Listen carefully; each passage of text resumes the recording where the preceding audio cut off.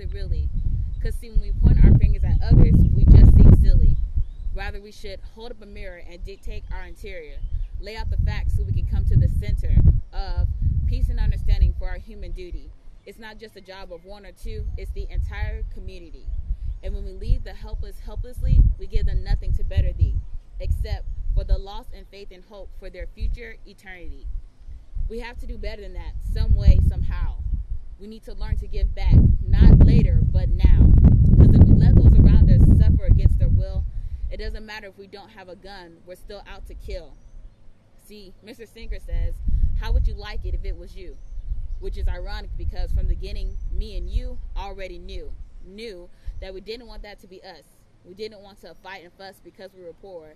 Because when we were little, we didn't want to be that homeless person waving down the car door, trying to get in and trying to see. Just a little spare change, it asked me. But we always said no or turned the other cheek, while at the same time making their souls weak, so weak that they hit the ground by falling to their feet. I know this was not the message Jesus said when he was on this earth and he preached. He said, love your neighbor as you love yourself. So why must we continue to hurt the poor by keeping our wealth? It makes no sense. It's unethical and unjust. We might as well spit on them and kick them in the dust.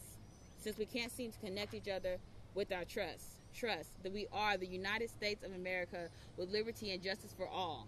A big melting pot of different people with different backgrounds, lifestyles, but we still don't answer the call of righteousness, equality, and freedom. Instead, we sit and watch the other fall.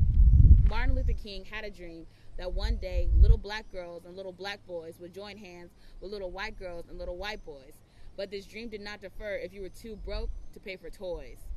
Yet, we act like we don't see this chaos or hear the noise of a weeping mother begging and crying for someone to help her out, for someone just to give her the time of day, no matter how loud she shouts.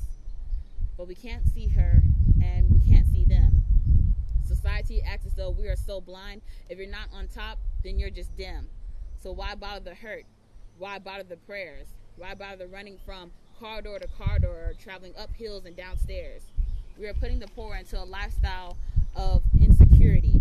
We are letting money and top with the top of our impurity.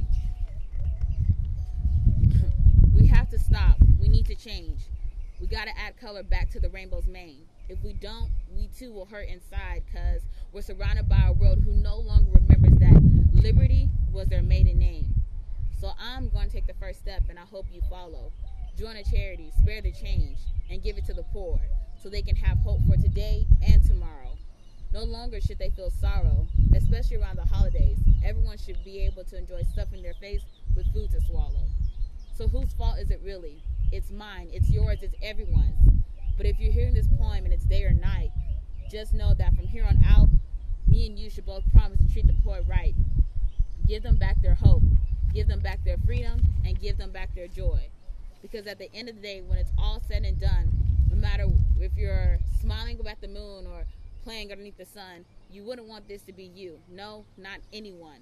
So stop pointing the fingers and put the mirror down and get out there to make a difference so we can turn this poverty world around. Thank you.